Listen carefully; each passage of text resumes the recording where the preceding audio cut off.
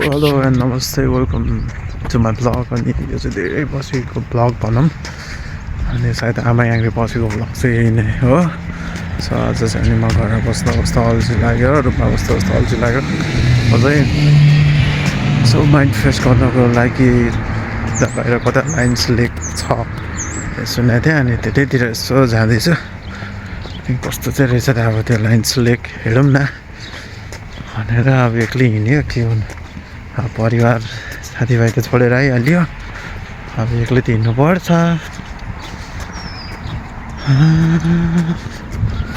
यस्तो हुन्छ पार्किङ। अनि अहिले चाहिँ यो फलको सिजन भएर पुरा त्यो पातहरू फल भएर यो जङ्गल धेरै नै आगो लागि भएर छोडेको। अनि यो पुरा घरहरू चाहिँ मरेको जस्तो मात्रै देख्छ कि। अनि म चाहिँ अहिले त्यही हो बाटोमा हिँड्दैछु। अब आफ्नो बाइक छैन, कार छैन, यो दुईवटा खुट्टा छ।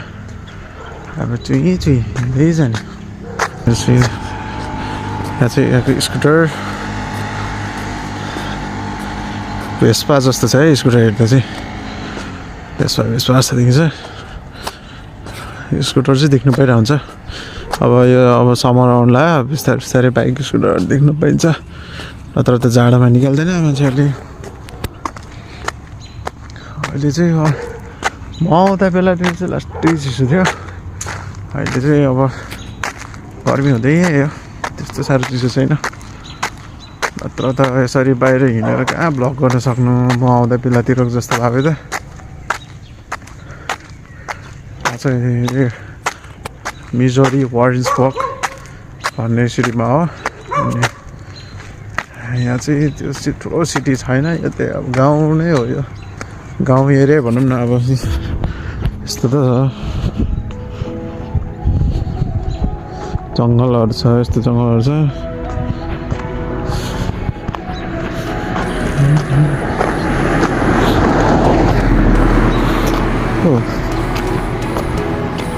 रोड चाहिँ मजाको छ है।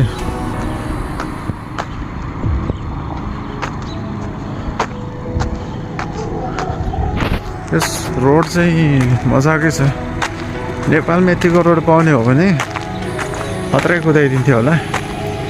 नेपालको रोड हेऱ्यो भने त कुरै नगरौँ न। बनेपादेखि काठमाडौँ गयो भने मान्छे नचिन्ने हुन्छ। बात त सही है। नेपालको चाहिँ यहाँनिर यो भेस्पा जस्तो छ कि, यसलाई भेस्पै जस्तो छ कि।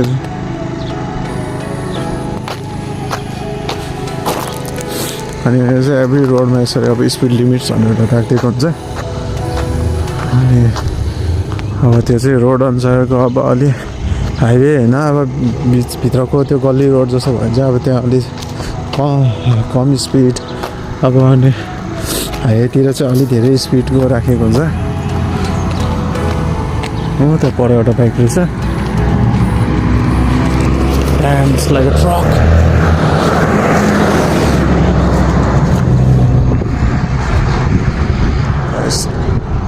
मोस्टर ट्रक म्यान। यो ट्रक चाहिँ मलाई बाबा लाग्यो। हाम्रो गाउँतिर लानुपर्ने रोड ट्रक चाहिँ यस्तो हो कि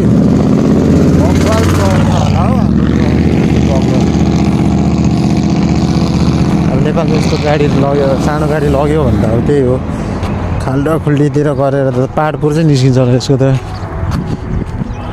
यो चाहिँ साउथ मेन स्ट्रिट हो, त्यो साउथ मेन स्ट्रिट नै हेरेर रहेछ। उतापट्टि हिँड्ने फुटपाथ बाटो थियो होला, अन्त यताबाट है म्यापमा यही देखाएको थियो। रोड साइड जाँदैछु, रोडै रोड। अब यता चाहिँ फुटपाथ छैन रहेछ, नत्र सबै रोडको साइडमा फुटपाथ हुन्थ्यो।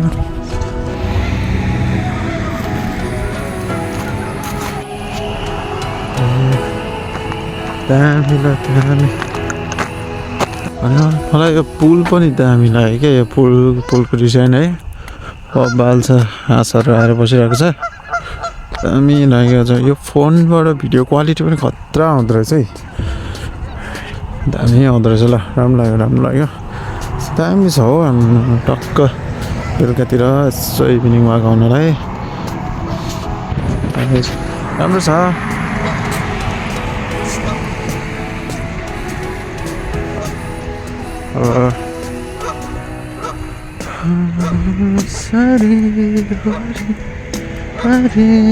हाँसहरू मजाले पौडी खेलेर बसेछ लाइफ त यिनीहरूको नि छ है टक्क पौडी खेल्यो उड्यो होइन बेला अब नेपालमा जस्तो अब फटाहरू हुँदैन होला यहाँ अब गुलीले हानेर झार्नुलाई मार्नुलाई होइन अब नेपालमा भएपछि यिनीहरूलाई नि रिस्कै हुन्थ्यो अब यहाँ त खासै रिस्क हुन्न होला smile the area under video surveillance भनेर छ होला स्माइल लायन्स लेक यो समरमा चाहिँ दामी देखिन्छ होला अझ यो पुरा हरियो हुन्छ यो घाँसहरू नि हरियो यो रुखहरू पुरा नयाँ पात पलाएर हरियो हुँदा चाहिँ अझ दामी देख्छ होला अहिले पनि दामी देखेको छ तर अहिले जङ्गलहरू हेर्दा चाहिँ पुरा त्यो आग लागि भएर सब मरेको जस्तो देखिरहेको छ कमाइसहरू त्यहाँ पर चाहिँ एउटा एकजना मान्छे बोटमा फिसिङ गरेर रहेछ अब यहाँ त अब नेपालमा जस्तै बल्छी लगेर खट्ट हान्यो अब माछा तान्यो त्यस्तो हुँदैन रहेछ अब यहाँ त माछा मार्नलाई जङ्गलमा हन्टिङ जानलाई पनि अब के लाइसेन्स चाहिन्छ भन्थ्यो त्यही सुनेको थिएँ अब यहाँनिर एकजना माछा मार्दैछ अब यसले पनि अब लाइसेन्स लिएरै माछा मार्नुपर्छ फेरि अब यहाँ लाइसेन्स बिना माछा माऱ्यो भने त्यो गैर कानुनी हुन्छ केस लाग्छ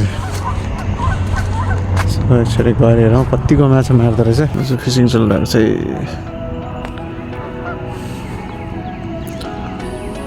सनसेट भ्युज दामी दामी दामी फेरि आफूलाई पनि एकदम सनसेट हेर्न मन लाग्ने है यस्तो भ्यू देख्दाखेरि त anyways अझै लायन्स लेकमा छु यो चाहिँ लेक Did you find any fish? No, I've got Not yet? no fish over here yet. Oh, how long have you been putting hook? Been here for about an hour. Oh, half an hour? Yeah. Oh, Caught one down there. so bad. Caught a crappie down there. And Oh, I was down over here on the bank. I caught a bluegill. okay. Anyways, nice to meet you. You too, bro. र अहिले चाहिँ रातको 6:30 भयो अनि म चाहिँ फर्केर रुमतिर जाँदैछु अब लायन्स लेक हेरिहाल्यो टक्क फर्केर रुमतिर जाँदैछु ढ्याङ लन्ट्याङ 2 खुट्टा चलाउँदै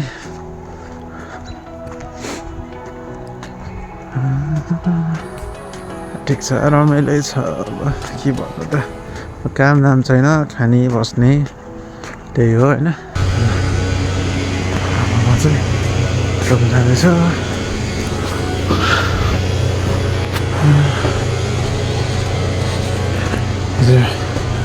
डायमन्ड क्लब अपार्टमेन्ट हो